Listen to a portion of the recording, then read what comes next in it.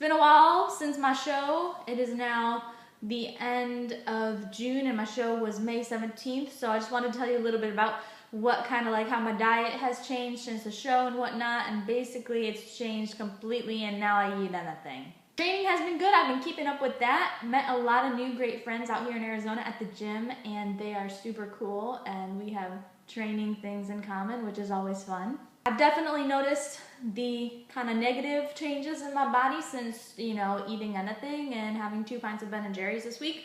So I am starting to get back on track and I will show you a little bit about how I will be food prepping in the future and how that will go, because I'm not going to be doing the same kind of diet that I was doing when I was doing preparation, because that is a very expensive diet. So my new friends at the gym were telling me about occlusion training and I had never heard of this before, so I was very skeptical and I decided to do a little bit of my own research. After reviewing a few peer-reviewed journals, I decided that I would tell you what I found out. So typically the exercise prescription for occlusion training is 3 to 5 sets, and you're going to volitional fatigue during these sets with pretty short rest periods in between them. I forgot to say what it is.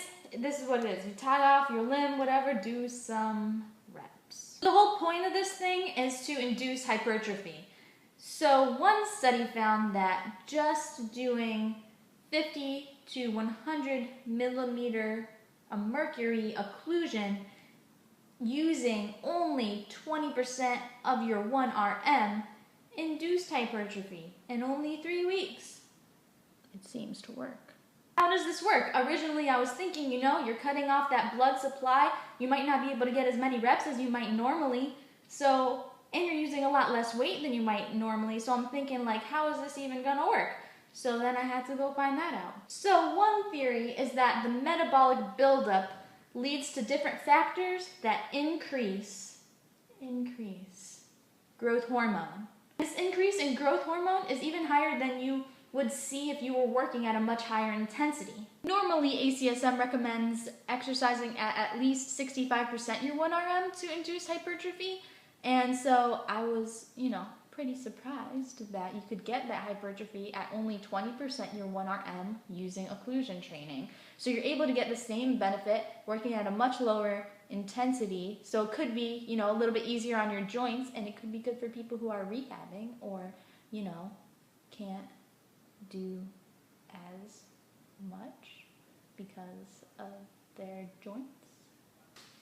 Growth hormone is stimulated by an acidic muscular environment, and with occlusion training you get typically an increase in blood lactate, an increase in plasma lactate, and an increase in muscle cell lactate, which can lead to that acidic environment, maybe, potentially.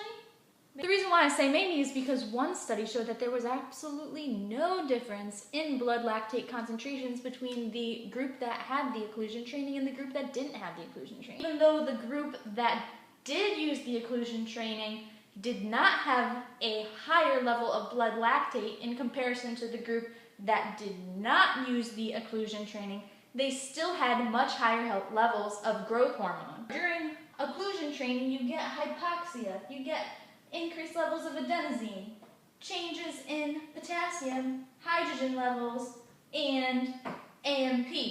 These things stimulate an increase in heart rate and blood pressure, which could cause that increased growth hormone with the occlusion training rather than the lactate. The growth hormone even what causes the hypertrophy during occlusion training, because some studies show that growth hormone is not associated with hypertrophy.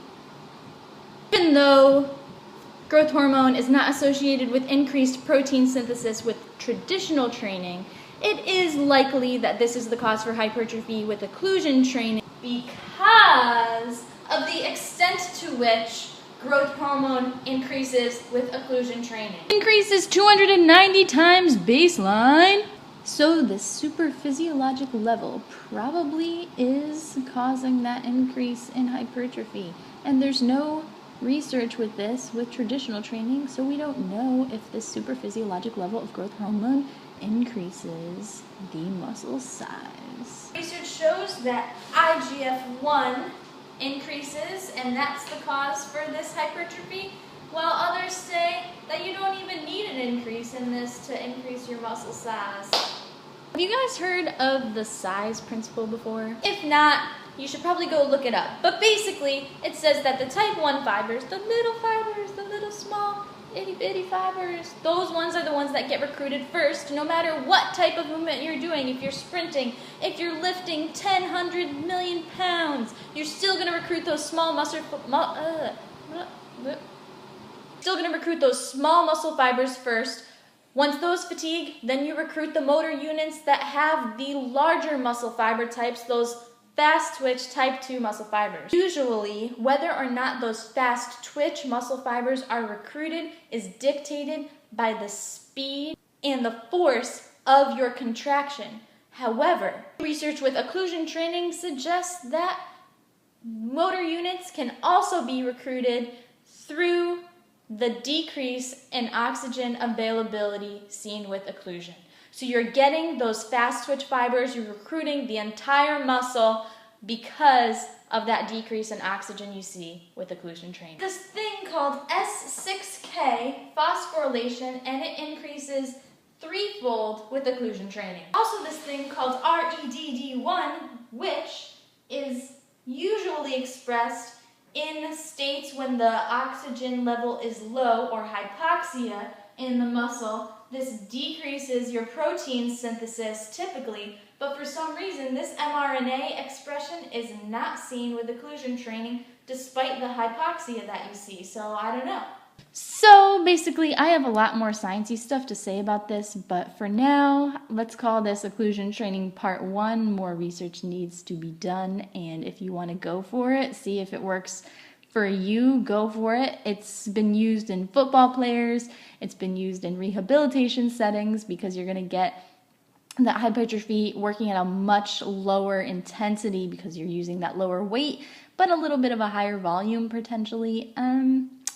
Yeah, so seems to work, and these are some theories on how it does that. Hope to see you next time. I'm going to go ahead and give this a try myself, and so next time I talk about it, I can tell you how it worked for me.